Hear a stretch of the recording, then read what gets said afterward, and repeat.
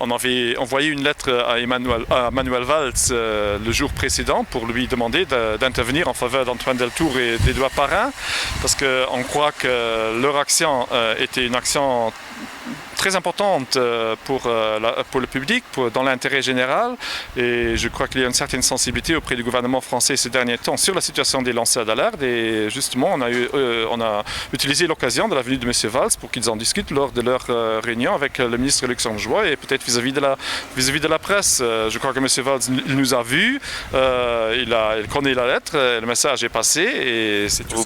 Vous pensez que ça a été le cas? Ils en ont parlé?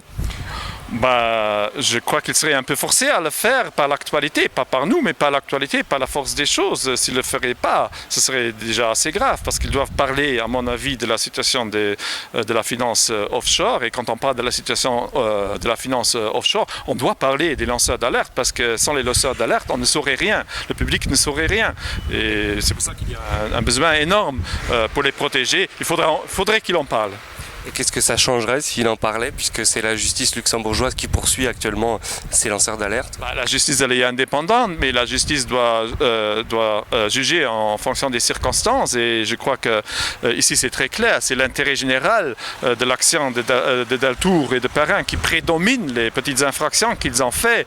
Et il ne faudrait pas qu'ils soient punis par emprisonnement ou des amendes lourdes pour quelque chose qui était dans l'intérêt général. Deltour, il est citoyen européen, nommé citoyen européen, et il a eu d'autres prix, et je crois que la justice pourra considérer ça, mais il faut faire passer le message également publiquement que la politique croit qu'il ne faut pas les punir. Et juste un dernier mot, pourquoi Manuel Valls et pas Xavier Bettel, puisqu'il n'y a pas eu de mot de Xavier Bettel à ce sujet, alors que on est quand même au Luxembourg?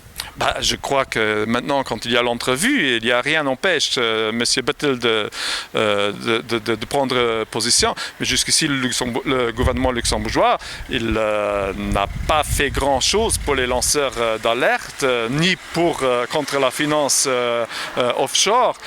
Et justement, nos actions devraient contribuer à ce que le gouvernement prenne position également. Et de toute façon, il y a maintenant, c'est prévu de changer la loi sur les lanceurs d'alerte au Luxembourg. Et là, il y aura des occasions pour en parler.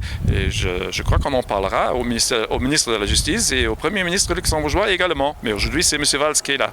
Et la finance offshore, pourquoi on n'en parle pas aujourd'hui au niveau politique au Luxembourg? Vivons cachés, c'est ça Je crois que au départ, c'était pas à l'ordre du jour, mais avec les Panama Papers, je crois que ça devrait figurer à l'ordre du jour, parce que la finance offshore, c'est tous les États qui sont perdants, surtout les citoyens qui sont perdants, et on est absolument convaincu que s'il y aurait une justice fiscale pour toutes les entreprises, les multinationales, les entrées pour tous les États, pour construire des écoles, des rues, surtout pour aider aux plus démunis, il y en a de plus en plus, serait plus conséquent qu'à l'heure actuelle. Il faut en parler. Donc le Luxembourg, la place financière luxembourgeoise a sa part de responsabilité.